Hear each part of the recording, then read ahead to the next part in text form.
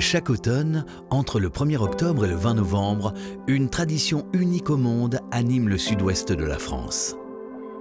Lors des migrations annuelles des palombes, s'installent sur quelques cols des Pyrénées-Atlantiques des filets verticaux appelés pantières qui se déploient vers le ciel, tandis que dans les forêts de Gascogne, du Gers, de Gironde, des Landes et du Lot-et-Garonne, on installe au sol, près des palombières, des filets horizontaux appelés pantes.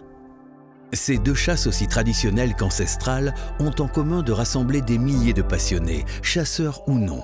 Ce sont de véritables institutions régionales où familles et villages vivent au rythme des passages des palombes, aussi saisonniers qu'éphémères.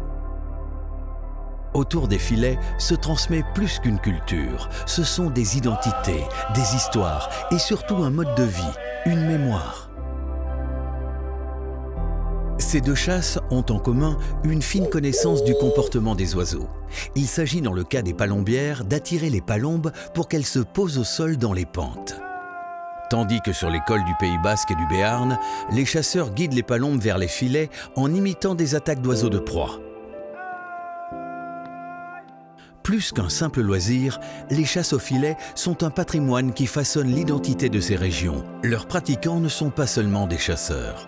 Ce sont aussi les premiers défenseurs des milieux qu'ils occupent. Là où les chasses au filet disparaissent, les habitats se dégradent, provoquant un appauvrissement de toute la biodiversité. Les experts de tous bords, comme l'Union internationale de la conservation de la nature, sont unanimes. Les populations de palombes sont abondantes et continuent de croître chaque année. En Europe, les palombes sont représentées à hauteur de plus de 50 millions d'individus. Les prélèvements des chasseurs sont anecdotiques, puisque la proportion des oiseaux prélevés représente moins de 1% de la mortalité naturelle de ces deux espèces. Ainsi, que cela soit pour les pantières ou pour les palombières, tous les filets sont conçus pour la sélection précise de l'espèce chassée. L'Office français de la biodiversité et ses inspecteurs de l'environnement ne relèvent aucune prise accidentelle lors des 20 dernières saisons de chasse. Les palombières à filet et les pantières reposent sur la maîtrise de chaque capture. Ce sont des techniques 100% sélectives, grâce aux tailles des mailles des filets. Dans ces deux chasses, seuls les oiseaux visés sont capturés.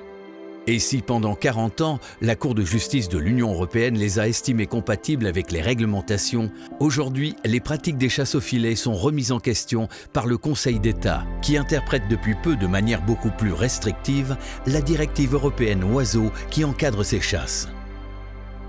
Interdire pantes et pantières reviendrait à priver le Sud-Ouest d'un des joyaux de son patrimoine culturel et rural. Plus qu'un mode de capture, ces chasses incarnent un équilibre délicat entre tradition et respect de l'environnement. Un héritage vivant où se transmettent des savoirs, des gestes et surtout une manière d'habiter, d'incarner et de faire vivre son territoire.